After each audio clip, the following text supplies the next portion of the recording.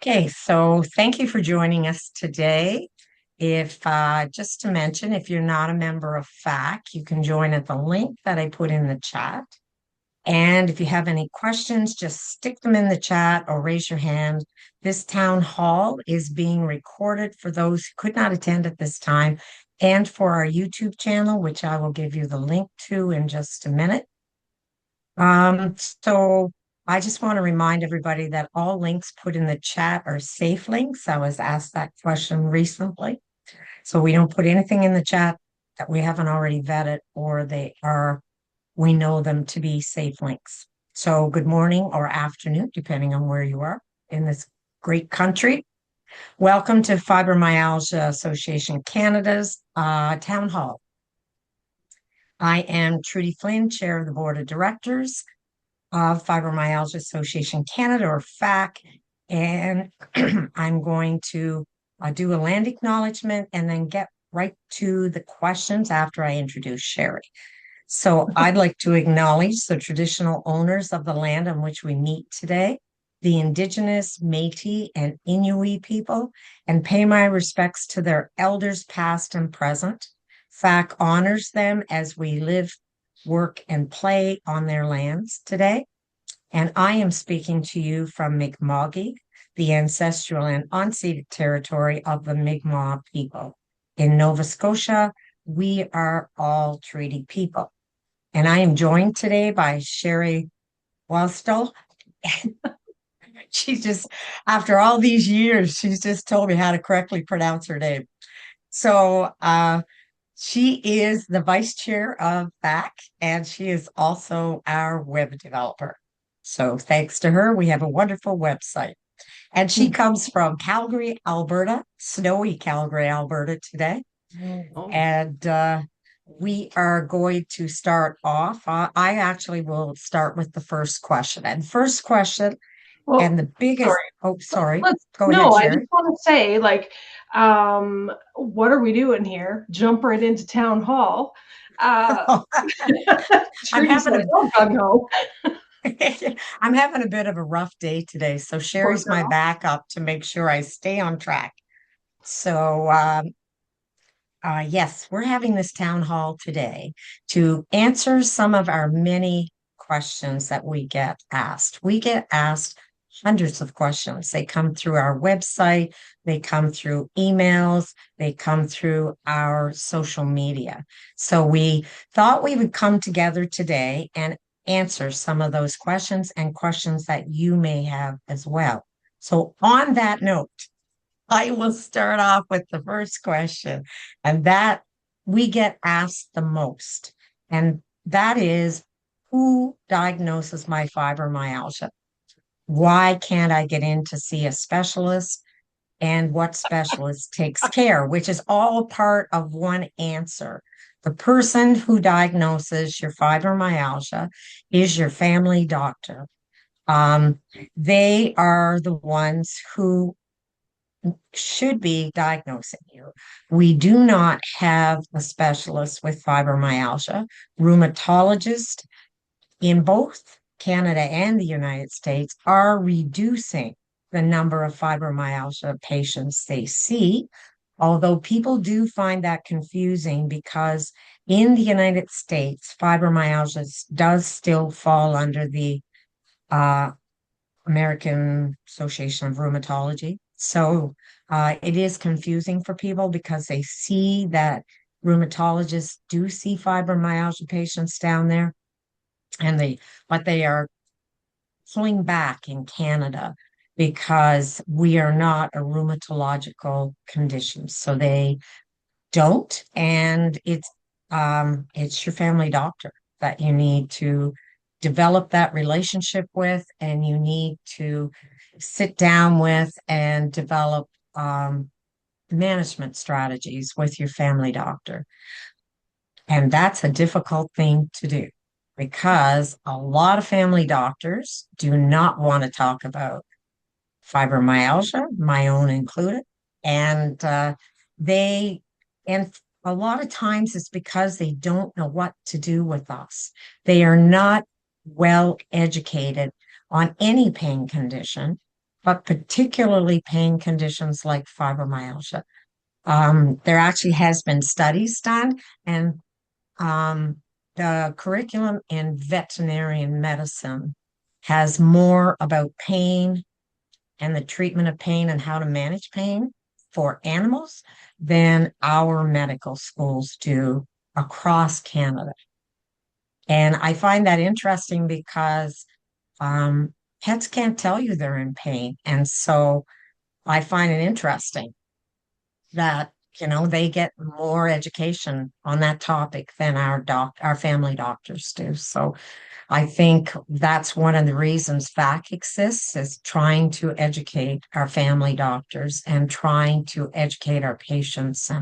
And it's a hard task, but it really is up to us to make sure our doctors know everything they can know about our condition. And sometimes it falls to us to do that. Sherry, I saw your hand up. I just wanted to comment that even if our doctors, our GPs have a special interest in pain management, I think that it's still just to sort of build on what you said, it's just very difficult for them to treat us, right? They have a list of ABC drugs that they go through the process, and some of them work for us and some of them don't. And some of them have terrible side effects for us and some of them don't. So they end up kind of being almost at a loss in what to do next, right? Like they've gone through the process of all of the list of medications that are recommended to treat fibro for what they're trained on, or even what their special interest is. But I think sometimes they come to that point and where they just don't know what to do. I know with my own GP, when I went to him suffering from migraines, his eyes lit up like Christmas trees, because I feel like he was like relieved. Oh, finally something I can help you with, right? And I really feel that our GPs in Canada, even if they do have the extra training, they've done the extra education, that sometimes they just plain can't help us. So, and I know Janice probably has something to say about that as a former pharmacist. I know you had your hand up there too for a comment. So, Thanks, Sherry. Yeah, just a very important point, Trudy, about veterinarians being educated far more in pain than human doctors. And it's actually 5 times the amount. So it's not like just a little bit more, it's 5 times the amount, which is really staggering, I think. And the other comment that I just wanted to make too is GPs are important in the care of our fibromyalgia journey because they treat the whole person. It's fibromyalgia is so much more than just the pain component. For many of us, that's the overriding symptom that's most intrusive, but there's also the sleep, and there's the fibro fog, and there's access or familiarity with maybe self-management programs and meditative, psychological, a lot tools. of different additional resources that your family doctor is going to be much more plugged into than say a specialist might be. So that's another, I think, key component of that. Thanks. Thank you, Janice. By the way, Janice is a board member at FAC, and she is also the co-chair of the research committee. So thank you for that. I knew 5 times, but I didn't want to scare them by. Oh, I scared them. That's good. That's good. Karen, you have a question? I do. Um, in your areas, you're talking about having a GP, and I think you've got to add the comment that unfortunately, hundreds of thousands, not 1,000 people, hundreds of thousands have absolutely no family doctor. Mhm. And their treatments, their diagnoses are coming from the internet. And this is really unfortunate. But in June, I was taken to the hospital. I gave birth to an ulcer, and every medical person I talked to, except for one, knew what fibromyalgia was. They treated me with kid gloves the whole time. And then the one person who didn't know what it was stood there while I explained it. But in BC, we don't have having a family doctor is, is a terrible thing right now. It it, is. It is a very, very difficult situation that we're in Canada. And Anita had brought up in the chat there a question about asking if there was an education pamphlet that they could share with their family doctor. I think Trudy's probably looking that up on our website right now. But certainly there are other alternatives, right, that we can possibly turn to. I'm from Alberta. I know that BC is suffering some of the same fate that we are with family doctors. And I feel your pain 100% because I'm privileged enough to have one, but it's not always my favorite place to go. At least in my province, and I can't speak for everywhere else in Canada. Maybe this is something that happens in other provinces. They are offering things like nurse practitioners, and we've got our pharmacists who we can go to as well for assistance and direction in connecting to those medical professionals that we need. So, unfortunately, I'm not a doctor, and the internet has turned into a doctor for a lot of us, right? And we really have to take care. That's something that I'm seeing quite commonly is people turning to tools like ChatGPT, AI for information. And unfortunately, AI is trained on what's available out there in the internet world. So the accuracy of the information might not be perfect either. So one of the really accurate things that you can do, Trudy has dropped, maybe you can speak a little bit about that link that you put in the chat, Trudy, about the diagnostic criteria there. So we have on our website, and we also have a lot of fact sheets if you want to bring some of those to your doctor. But we have on the website the 2016 diagnostic criteria. That is the most recent diagnostic criteria on helping your doctor diagnose you with fibromyalgia. There's really 4 steps to it. And so you have to go through each one of those steps. And the final step is totaling up your number. And if you fit into or if you fulfill the criteria for a certain number, you are assured that you have fibromyalgia. Now, I always recommend, I have a history. I am a medically retired nurse. So I always err on the side of caution and say, do not, unless you have to and you don't have a doctor, always make sure you check in with some health care provider, whether that's a doctor, nurse practitioner, walk-in clinic, because you don't want to miss something that can be mimicked by your fibromyalgia. So I have a bad habit of thinking that everything is my fibromyalgia. Just And write it off.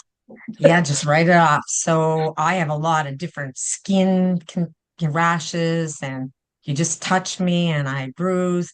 And so last year I had a spot on my forehead. I just assumed it was another one and on my arm. But my family nagged me until I went to see my doctor. And I didn't really want to because she's the one that is not open to fibromyalgia. I go in, she looks at me, she said, that's skin cancer. Oh, it's like just what you said, Sherry. Her eyes lit up, and it's like, I can handle this. So I'm there thinking, what? And she's there saying, you've got skin cancer. I could do something about this. That's right. And within a day, I not only had a biopsy done because someone in my clinic specializes, she's a GP, but she specializes in skin cancer. I had the biopsy done and I was well on my way to getting uh, the cancer removed. But I went at least 6 months and probably 10 if I was going to be completely honest, writing it off as my fibromyalgia. This is very dangerous because this one on my forehead was an aggressive strain. So I ended up having to have far larger surgery than I would have had if I had just gone when I first thought maybe, maybe not. And I am a retired nurse.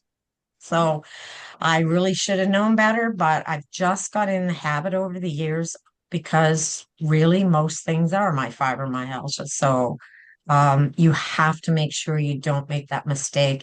And that's whether you're diagnosed or not, because it could be your thyroid, it could be something else. And you always have to make sure that you cover those bases first. And I'm not saying fibromyalgia is a diagnosis of elimination. It's not.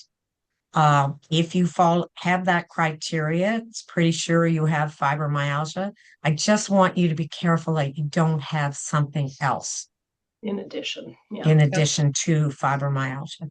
And when you get diagnosed with fibromyalgia, you then have to learn how to manage fibromyalgia because what Sherry said earlier and Janice, the big part of it is I can be given the same drug that you're given. It either doesn't work for me or I have intense side effects, which I have had in the past to medication. And so I go back to you go to your doctor, who could be my doctor. You go and say, this works wonderfully. And I go the next day and say, this didn't work for me at all. And so some part of us has to have a little compassion that it must be very difficult for doctors to try to figure out what's going to work and what isn't going to work. Because what they need to realize and what we all need to realize is we're all different. And what works for you will not work for me. And it's just something we have to accept because I can't take medication. I have severe side effects to even the smallest amounts. So I learned to control my fibromyalgia another way. So I think to me, that was personally one of the most frustrating things is like every single medication that I tried, it either made things worse or it didn't work for me, period. And I think that I can't imagine, like I have to really empathize with the doctors of having to go, through that. Doctors wake up in the morning and they don't think, I'm not going to help people today. I didn't get into this job to help people. That's not what they're here for, right? They do want to help people. And when they're not successful at it, it must be incredibly frustrating for them as much as it is for us to go through it. So, yeah. Anyways. So to move on to another question, I'm going to read, but I'm going to ask Sherry to answer this question we received by email. And I'm trying to find any credible information regarding if Ozempic would help reduce inflammation as well as weight loss for fibromyalgia. Sherry, take her away. Take her away. Okay, again, I'm going to stress I'm not a doctor, I'm not a medical professional, but this is a subject that really, really interests me. And I think I do kind of poke my brain around in some of the up and coming research because it's such a new thing. And like, who doesn't want to lose weight? But I have just earlier this week, I saw a little short video that a doctor had done and just kind of giving his opinion on Ozempic, Mounjaro, all these GLP-1 weight loss drugs that are out there. And he was just kind of talking about, it's such a great thing. The science is so amazing that we found this medication that will help people, specifically diabetics in particular, manage their health issues. And one of the sort of happy side effects was the weight loss that came with it. And so they sort of switched gears and looked at it from that perspective of a weight loss tool. And this doctor who was doing this video did kind of his take on how women in particular, he felt, were really going to be bearing the brunt of any kind of fallout that we might see coming up in the future, because these are very, very new drugs, very new drugs. And although they are incredibly helpful, he said, like any medication, they have side effects. And because they're so new, there's not enough research out there yet on what the long-term implications are for these type of things. And he said specifically women will be carrying the brunt of the effects of this drug, because for two reasons. One, because society in general puts all of this pressure on us to look a certain way and be a certain way and do certain things. And then we have all of our role models in society that are like, ooh, look at me, I'm using this magic wonder drug that made me lose weight, all these, it has very positive implications, but we don't know what could happen in the future. And so, yes, there has been a lot of information coming out of the States from people with fibro that have had some real success with it, helping with their inflammation. But at the same time, there's other people who, just like any other drug, it does nothing for them, for their inflammation. It helped with weight loss, which, I mean, probably that's a good thing for a lot of people, myself included. But yeah, there's just so many unknowns out there right now. And I think it's really imperative that people do their research and talk to their doctor, talk to their pharmacist before they start going down that path and really understanding, what the possible implications could be otherwise. So I don't know. I don't know if that helps. Be Thank careful. you, Sherry. I'm going to ask Janice if she can weigh in on that. Yeah, please. Do you, as a Um, pharmacist, have any opinions on that? Certainly what you're saying, Sherry, is very true. Anytime there's a new class of drugs, it's really kind of the frontiers in terms of getting enough patients on the drug at certain doses and over an extended period of time. And with any new class, including this one, um, we still don't know all the answers for sure, and we don't know how the drug may affect you as an individual, whether it's going to interact in some way with other disease states that you may also have Or not know about. or not know about. True. Or drug interactions as well. Like those all take sort of time to develop and be noticed. So I know there is some stuff in the literature about inflammation factors being reduced with this class of drugs, but it's all like very, very new information that's coming forward. So again, trust your sources, and the internet unfortunately isn't always Accurate. Dr. Google. Yeah. So talking to your physician, talking to your pharmacist, they know you best. They are reading sound, original information about these medications. So don't just look it up and go down a rabbit hole. Well, and trust your instincts as well, right? As far as if you decide to try something like that, with you've had that conversation with your doctor and you decide that it's worth trying, also listen to your body if it's not working. Don't just keep toughing it out, because it's supposed to be good for you. That might not be the case in your individual case. So that's all I have to say about that. Thank you both. I'm going to answer the next one because we get this question a lot. Janice and I have both actually wrote a lay summary on this very question. It's on our website under our research highlights and plain language. Um, and this one is about whether fibromyalgia is an autoimmune condition. We get asked that a lot, especially after some research was released from the UK, and the highlight or the headline was fibromyalgia is an autoimmune condition. And we get that a lot. And Janice and I have looked at that study, and that study was on 5 mice, and it wasn't on people. We don't even know it could be replicated with people. But to answer the question, fibromyalgia is not an autoimmune condition. Autoimmune conditions tend to cause damage in some area, like rheumatoid arthritis, different lupus, things like that can be autoimmune conditions.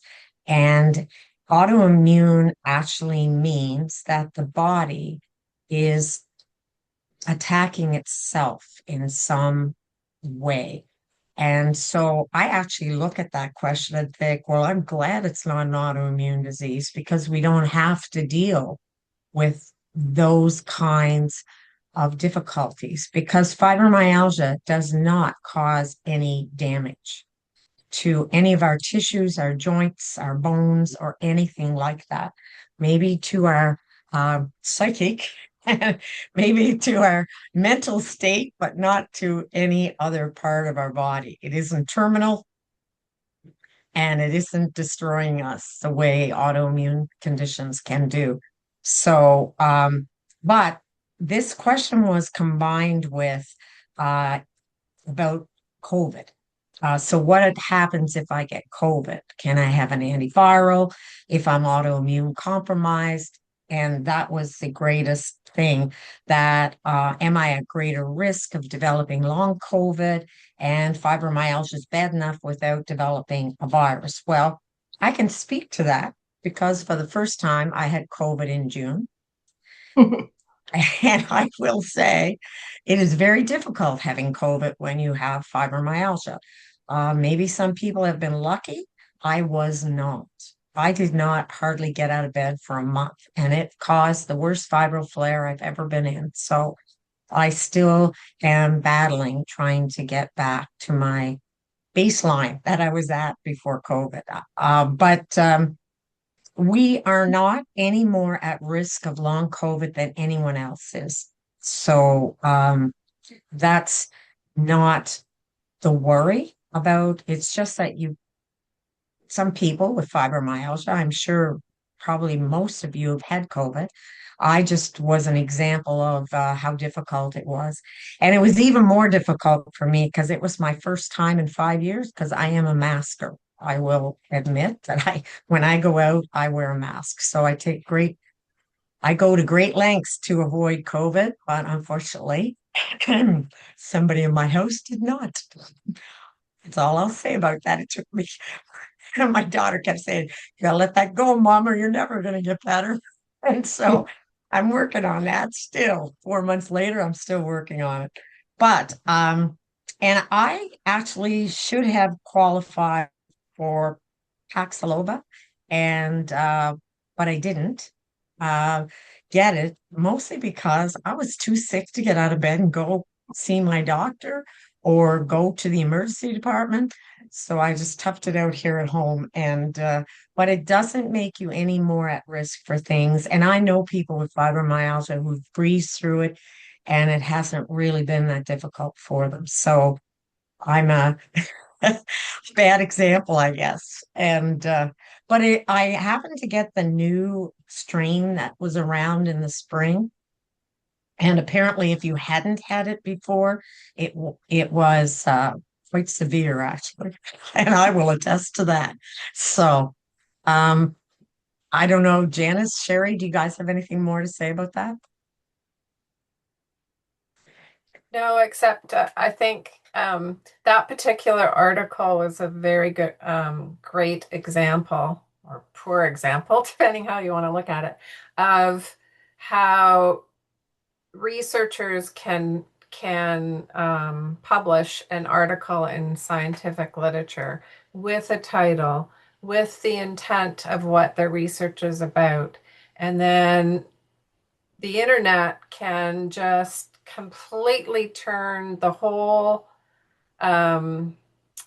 title to catch your eye or get clicks or whatever it is. It's like your tabloid version of let's get this person's attention, and it completely twists the real information around. And that this particular article, and is fibromyalgia autoimmune, was a really very pertinent example of how misleading some of the information is out there on the internet.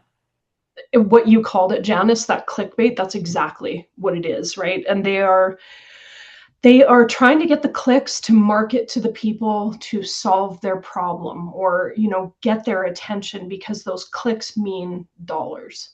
And it's super unfortunate. There are so many vulnerable populations out there, and people with fibromyalgia, in some instances, we are so desperate for information, for a cure, for anything that will help, that we get sucked right into those headlines. I am 100% guilty of clicking that mouse headline too myself, right? Like, I was like, oh, finally some answers. But it's not, right? It's just they wanted me to click, and I fell for it. Darn it. And I know better. I'm in internet marketing, and I know better. I can't imagine how it must have been taken. Well, I do. I don't have to imagine. I know exactly how that article was taken by people. And that's why the research committee did that lay summary, was to help demystify that information for the public. So I think it's so important. I did drop a link to an article in our website that was done by the research committee about how to understand research summaries, and why you did the lay summaries. So I don't know if you want to talk about that at all, Trudy, about that article that you guys did. Sure. I will say just what Janice said. I want to reiterate, the researchers did not have that headline. It Right. was, yeah, the researchers, when you read the title of that actual research study, it doesn't say anything like what came out in the news and what came out as the big hype. So it's unfortunate sometimes that even researchers get misrepresented. So it was one of the reasons that we wrote the article on how to avoid being misled by fibromyalgia research and promises that can be made about, this is the cure. And just to emphasize that there is no cure for fibromyalgia. There isn't now. And as far as we know, none coming in the near future. So that's why it's so important to learn how to manage your fibromyalgia. I was at a roundtable discussion a couple weeks ago for Pain Awareness Week. And one of the speakers there, he is has his doctorate in pain science, and he compared fibromyalgia pain to sort of to a faucet. So, and he really stressed, if we can turn down the volume on our signals going to our brain that go to our pain centers, then we can turn down the volume on our pain. We're not going to cure it. The pain is still going to be there, but it's turning down that volume that's so important. And stress is a great contributor to turning up that volume. I have to say, when I'm stressed, wow, I can feel it. Like, I can physically feel it in my body. So it really is important to keep the volume down and find ways to manage your stress, find ways to relax, and and self-manage. There's many things. Self-management is sleep, self-management is exercise or whatever you can do to move a bit. Self-management is, for some people, it can be diet. Some people's diet can cause pain. Sugar is known to be, the more sugar you eat, the higher your pain will be. And we were asked a question from Simona, and it's about the difference between fibromyalgia and polymyalgia. And somebody correct me if I get this wrong. Polymyalgia is an autoimmune disease, whereas fibromyalgia is not. It's an inflammatory condition. So, many doctors and researchers say that fibromyalgia is not an inflammatory condition, but I think someday we might discover that there's more inflammation involved than is being given credit to. Because if anyone takes low dose naltrexone, it helps reduce neural information, and a lot of people find that drug very, very helpful in their pain, and turning down the volume on the pain centers, right? So does anyone else have anything? Janice? Just taking that one step further, the neuroinflammation is a different kind of process in terms of how it behaves than sort of your standard inflammatory inflammation. I twisted my ankle and it's all swollen up now, and that's inflammation. Or many rheumatological diseases stem from the underlying cause being inflammation. And I believe polymyalgia is that kind of inflammation that is leading to the pain. Whereas, as Trudy said, fibromyalgia does not have that same mechanism in terms of general body inflammation. And that's very different from neuroinflammation. So just kind of putting things, inflammation can mean many different things depending on what part of the body you're talking about. But yeah, that's my understanding, that fibromyalgia is separate. Certainly you can have someone who has both polymyalgia and fibromyalgia, but they're different processes, or different process. According to the Arthritis Foundation, polymyalgia is inflammatory disease of the muscle, and it's believed to be autoimmune, where it attacks the connective tissues, is what they specify. So, whereas we have more systems going on, you're right. So, and we're not being attacked. Yes. I take solace in the fact that we're not being attacked. Okay, so just let me live with that. Let me have my solace. Yeah, please. Now it's not terminal. Take what I can get. Yes, I exactly. take what I can get. That's right. So we do get asked a lot about recommending doctors for specific areas, and unfortunately, we can't do that. We are working on, and mostly because I don't know. So it's funny because I get asked all the time about Oshawa, and I'm thinking, no, I have no idea who's a good doctor for fibromyalgia in Oshawa. But I live in Halifax. I couldn't even recommend anyone here, to tell you the truth. So unfortunately, we can't. And I hope someday in the future that we can actually create a document that recommends, because I do know that the autonomia dysfunction, I forget what they call themselves, but it's the dysautonomia, sorry. They have a list of dysautonomia, which can be POTS, postural orthostatic hypertension, and or tachycardia syndrome. Sorry, see, having a rough day.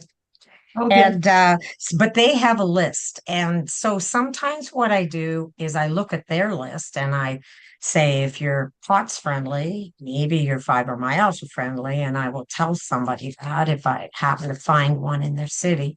But we hope to do that someday, but we haven't got there yet.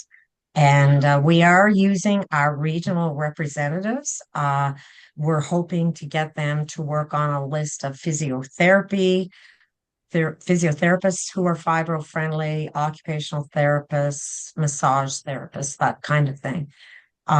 It seems to be a little easier to do those specialties than it is finding a list of who. And the thing is, even if I gave you a list, they probably aren't taking any patients, or you have to stick with your own doctor. That's a big thing. Like, interestingly, you just can't walk away from a doctor if you have one. You just have to Not in hang this on to country them. right now. No, you cannot. So, and I will say before I go to you, Janice, nurse practitioners are great at conditions like fibromyalgia. They don't always know all the answers because maybe it's a new condition to them. But I do find we get a lot of positive responses about people who are seeing nurse practitioners. So they have more time than doctors, and yeah. So if you have the opportunity, if you don't have a doctor, if you have the opportunity to connect with a nurse practitioner, um, I would, if it were me, I would take advantage of that. Janice, you had your hand up. Yeah, just to build on that a bit, in terms of, no, we don't have a list of fibro-friendly doctors per se. We do have a link on our website about the pain clinics across Canada, and that particular listing is put out by the pain clinic or pain center, I should say, in Hamilton, Ontario. And so they are responsible for updating that list. But again, the list is only as good as the information feeding it. So any list like that, it's really hard to maintain and keep it up to date. But that is something that is there if people are looking for a pain clinic. And just Um, drop that in the chat. Thank you for bringing that thank up. you, Thanks for Sherry. mentioning Thank you, Janice. Totally forgot that. So we do also get asked a lot of questions on housing and disability benefits, and we do have some government supports on the website. If you want to go there, you can find how to apply for disability, uh, different things like that. And I will find that. Um, and we do also, we get questions about accommodations at work and how to deal with your employer, or employers, how to deal with your employees. And so we have that on our website as well. Our website is ever changing. We have committees that are constantly working on updating documents and on new documents and research studies, trying to make them so they're readable by everyone. So we write them in lay language. And so always keep checking back because it changes weekly as fast as the committees put them out. And Sherry or I can get them on the website. We get them translated. They are available in both French and English. So sometimes there's little delays between when the committee produces them and we get them up. But remember, we all have fibromyalgia. That's a huge thing that all board members of FAC have fibromyalgia, and so do all our committee members at this time. Sometimes we have people who support people with fibromyalgia on our committees, but at this time, as we speak, everyone on our committees have fibromyalgia. So, it's kind of what that's like. So, um, So so can I, go while ahead. you're, I just was going to say, while you're looking for that link about housing and disability supports, I would just like to talk a little bit about the 2 links that I dropped in the chat. For those who are asking questions about, oh, it's affecting my work. How do I work with fibromyalgia? We have created 2 fact sheets, one for the employee as well as one for the employer. And I just want to caution people that first of all, you need to be a member of the website and you need to be logged in order to view these particular 2 fact sheets. But what they are is ideas for you to ask about accommodations in the workplace.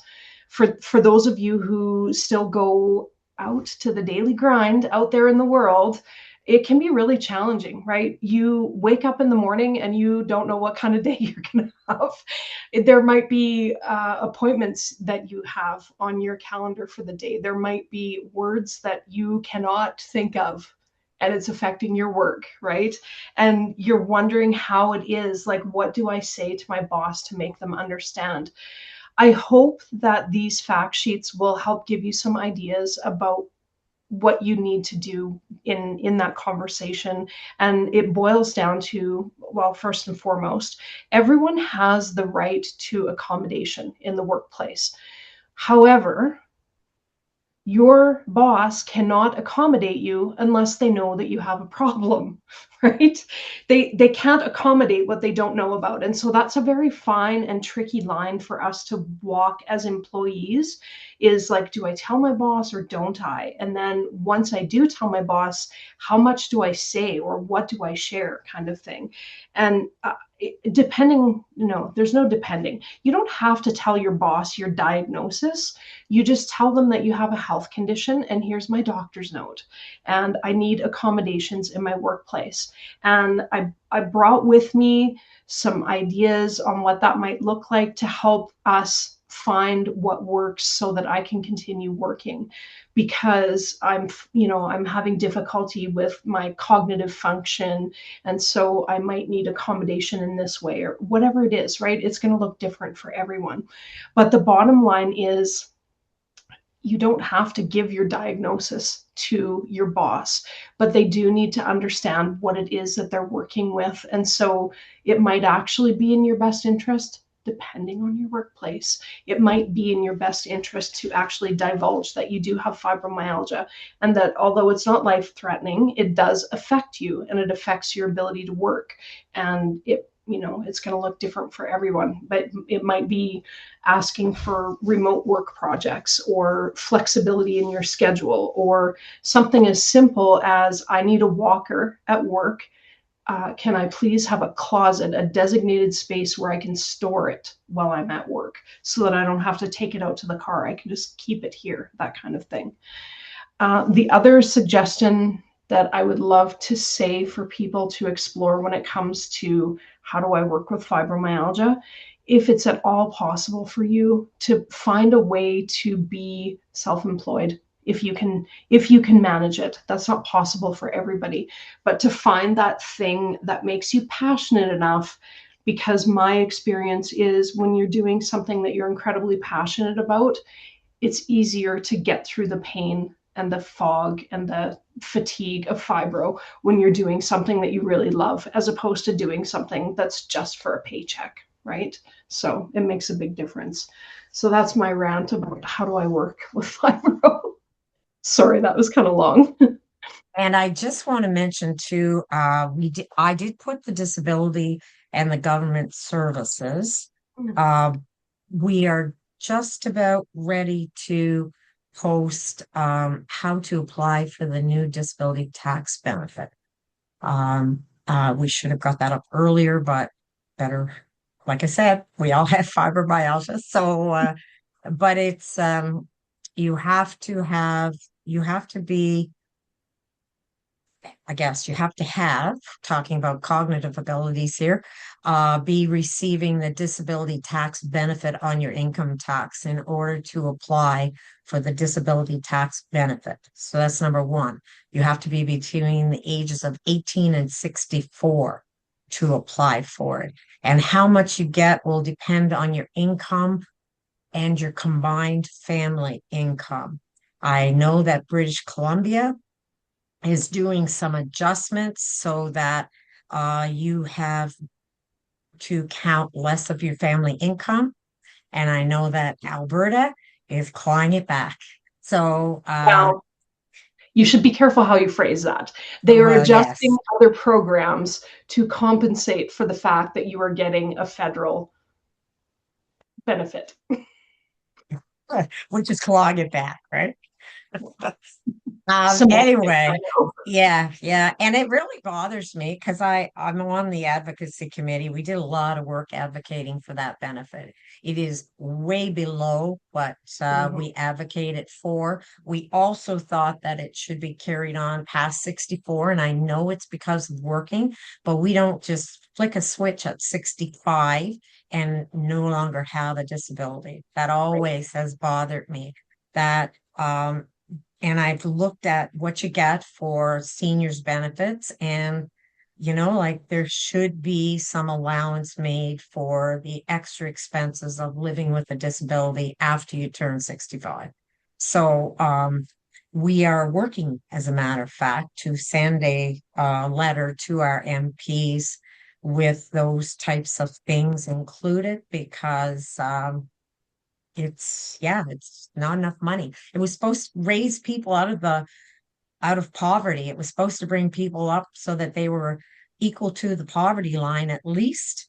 And it's certainly $200 a month. Like, now get real, right? That Doesn't even does account not, for a week of groceries, for heaven's sakes. Like, or come on. medications, or if Yeah. you need massage therapy, because this was supposed to account for the cost of having a disability.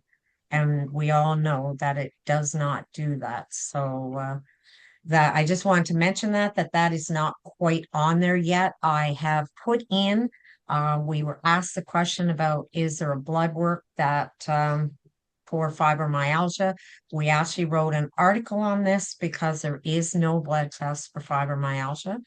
The one that's advertised in the United States is not an accurate blood test. So too many false positives for people who don't have fibromyalgia, too many false negatives for those who do. And if you look on what I shared in the chat, you can read that.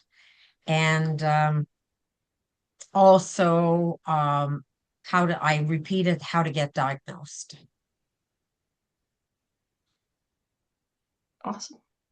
Oh, and Sherry gave me the link for The blood test article. for the website with the mice. I will put that back so everybody can have a look at that. So just for interest sakes. And do you post your letters to ministers on? Yes, we do, Anita. We do put them on the website so that people can send um, them off to their own MP. Because something I have found when I'm sending off a letter, advocacy letter from FAC, is I often get back, if you're not a constituent of mine, I won't be responding to your letter, which is why we're trying to use our regional reps and individual people to contact their own MP. And Simona says a massage therapist charges right now $120 here in Rupert. A regular massage, hot stone relaxation, lymphatic is between 110 and 120. And all I can say to that is, wow, That's pretty that's cheap, actually, for Alberta. seriously. Yeah, Oh, wow. that's cheap compared to Alberta. So if I were going with my private health care, I'd probably get maybe one and a Two. half. I was thinking one and a half more. So and Sandra says she gets cupping here for free and needling. Is that a British Columbia too?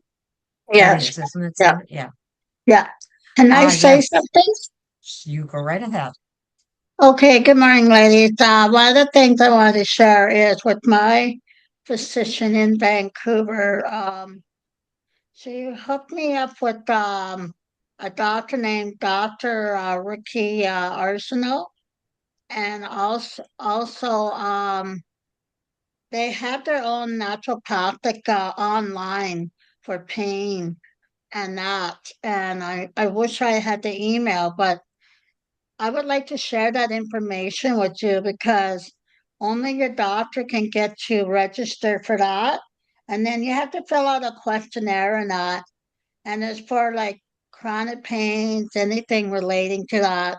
And I've been with them for over 3 years now, and I get a lot of good information, like about inflammation, how to care for that, how to like eat like the proper food that won't increase your inflammation.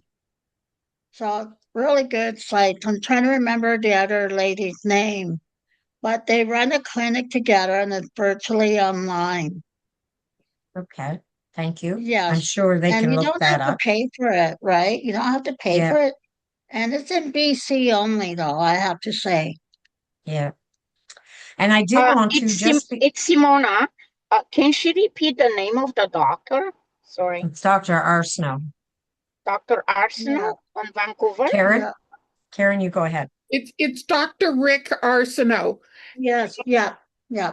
I don't belong to Dr. Rick Arsenault because for one reason, he has a waiting list of between 1 and 2,000. Yeah, yes, yes, yeah. It's it's on all online. Um, and it's, if you're willing to wait several years, I know some people who like are Rick Arsenault, but if you're never going to see this doctor and you're just going by something else, but that's just me. Um, I'm sorry. I'm not a big fan of his, but I have a lot of friends who do go to Rick Arsenault, but they just want to have everything online. I want to see my doctor. I don't, and our pain clinic here in BC has a waiting list of usually 1 to 3 years. Yeah. Yes, Yeah, I same, agree. I same agree here. with you. I was recommended to the pain clinic when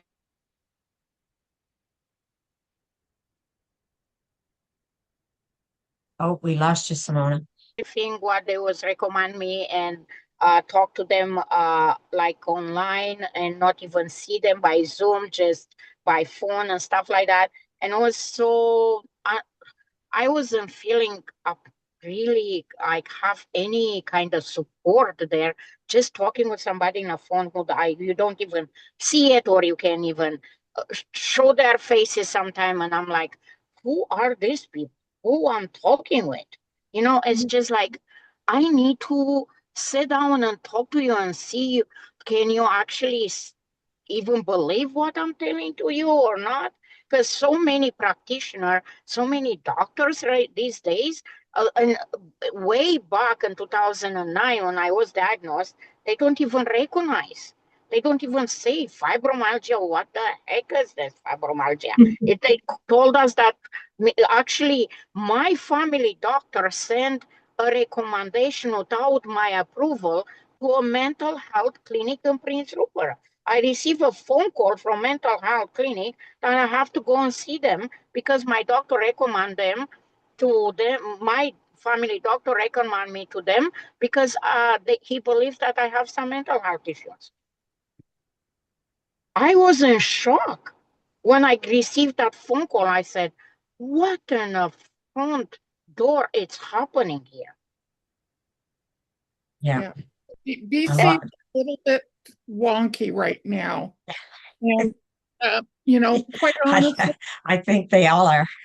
Yeah, yeah, it's been, yeah. we've And had, as Sherry said there, it's become really popular to do online They, telephone they found out appointments. they found out that they can provide medical care to more patients if they do it through telehealth methods, right? So it's more efficient for the doctor, but it doesn't always work well for the patient, unfortunately. it's very, very bizarre right now. I mean, we've had emails saying if you eat an avocado a day, your Ugh. fibromyalgia will go away. Um, I've had a relative who told me to snap out of it. Oh yeah. And we all have those relatives. Yes, and thinks that this is just a big joke. Yeah. And My doctor wants to see me every month. I want to go to the and see them, and what's going on. But I'm also, and I know it's not a nice subject, but I might be considering MAID, and not everybody wants to talk about it. Do I want to live like this for the few remaining years I have? And I have a doctor who's willing to talk to me about it. So, there's a whole bunch of things going on, and it's, when you don't have a family, you have too much family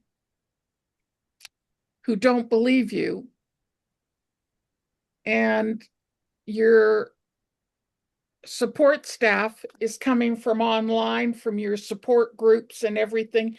And I love my support groups. They're hilarious, and we can be as sarcastic as we want. But do we want to do this forever?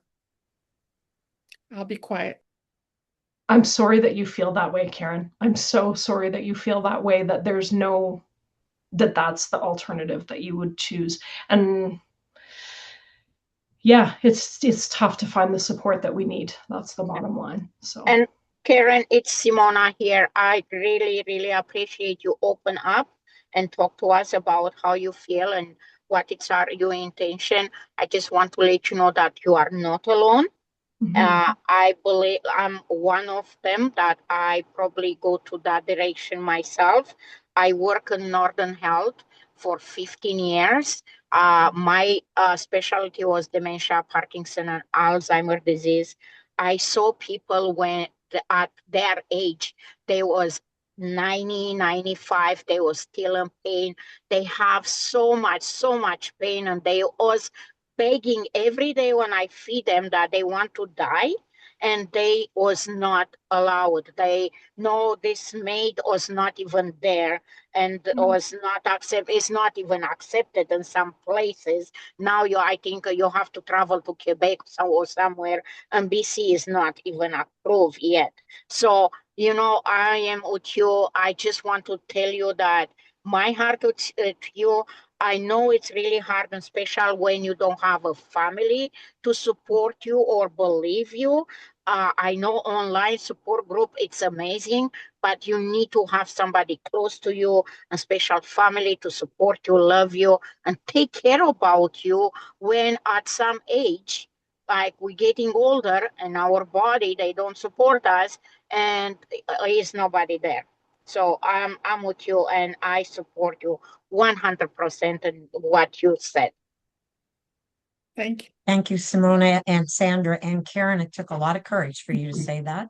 And I thank you for that and appreciate your honesty. I do know what it's like to have family not believe you. So it's heartbreaking when your family don't believe you. And I mean, you've done so much for them. And then when it comes time for them to give a little bit back, they don't. So it is a very, very difficult situation. And thank you And for for you that. ladies who open and put so much support and open this Fibromyalgia Association in Canada, I really, really support. And I just want to say thank you to you from my bottom of the heart. Be here for us and advocate for us. And with you, I know it's a beginning. I'm just new in this group, but I'm hoping later on we get more support, and actually the government see us and the practitioner and listen to us, that actually we are not invisible, we are here, we suffer, and hopefully we get more support. yeah. Thank you, Simona. Yes, thank you very much. So, Janice? Just before there was a comment or question some time ago in the chat, and just before I didn't want to lose the question, And it came from Jennifer with regards to pain clinics. And it sounds like your physician is not supportive at all about a referral to a pain clinic. Pain clinics vary. It depends on the makeup of the health professionals who are part of the clinic, but they are very, very helpful. You're not talking just to a physician or to a nurse practitioner. You're talking to a whole team, and the whole team listens to your story and figures out ways to help you. So, depending on the pain clinic, you could have, say, a pain specialist. You could have a nurse practitioner. You could have a physiotherapist, a psychologist, a social worker, a pharmacist. And so you've got a lot of different avenues of specialists who know about pain. And yes, there are long waiting lists for these clinics, unfortunately, but they can be extremely valuable, and they're just tapped into so many more resources that the family physician just they can't keep up on it all. They can't know everything. They can't know the detailed supports that we could use as fibromyalgia patients. So I would despite the fact your physician says that your pain's random and widespread and won't be able to help you, I think that's totally incorrect and misinformation. So I just wanted to make sure that we addressed that. Thank you, Thank you Janice. very It's much, like Janice. it's an Welcome, Jennifer. interdisciplinary team, and I think the best care comes from interdisciplinary teams, so they can also help you find those self-management tools that can be so valuable. And they see you in person usually, but yeah, it really is they have a great value actually. And it does depend on the pain clinic, but this will be the last thing we'll sum up here, but I did want to mention to Anita that I think it's very valuable that you keep an open mind for various treatments. Um, I I don't like change very much. My family will tell you that. But I'm trying to keep an open mind because I do find my fibromyalgia changing as the years go by. And so what worked for at one time no longer works. And so, or what used to give me energy doesn't do that anymore, just the opposite. It It's makes me not fair, is tired. it? No. So just when you think you've got it managed, Yeah. something It comes slaps you up the along. side. Yeah. Yeah. Yes. So the Yeah. fact that you keep yourself open-minded for various treatments, I have only just since I had that bout of COVID realized that I Yeah. haven't been very open-minded and that I really do need to Yeah. do that more, to find things. I really need to find things to reduce my stress levels Yeah. and Yeah. Yeah. so I talking about hear all you. these self-management tools, I'm one that needs to, and that's the thing, you see, you need to adjust as you get older and as things change, you need to be able to adjust and change self-management tools as you have to. Which is just like the opposite of human nature as we age, right? Like we're supposed to be able to settle in and do the things we want to do as we age and not have to always deal with change. So, Uh-huh. Yeah. Especially for those of us who don't do that well. yeah. So thank you all so very, very much for coming today. It was great to see you all. I hope to see you again. I just want to mention that on next Tuesday. Wow, I can't believe that. It's December next Tuesday. Starting next Tuesday on December the 2nd and every Tuesday until January the 6th, FAC will be holding holiday hangouts. And the first one I will be hosting, and it will be craft and chat. If you have any kind of craft you want to do, come and join us. And if you don't have a craft you're doing, come join us anyway, because it's just great to get together with people over the holidays. We do these because some people are overwhelmed by the holidays, and some people are very lonely over the holidays. So very good, Sandra, bring that along. I remember you have those earrings, red dress earrings. Yeah. So that were very lovely. So anyway, so they start on the 9th of December. Janice is going to do a knit and chat, and it's open to beginners if you want to learn how to knit. On the 16th, we're going to do a Qigong lesson and chat. The 23rd, we haven't finalized yet, but the 30th, Natasha, who's also a board member and our graphics and social media person, is going to do a trivia game or some kind of puzzle, online puzzle game and chat. And then we haven't finalized the last one on January the 6th either. So, but follow our social media.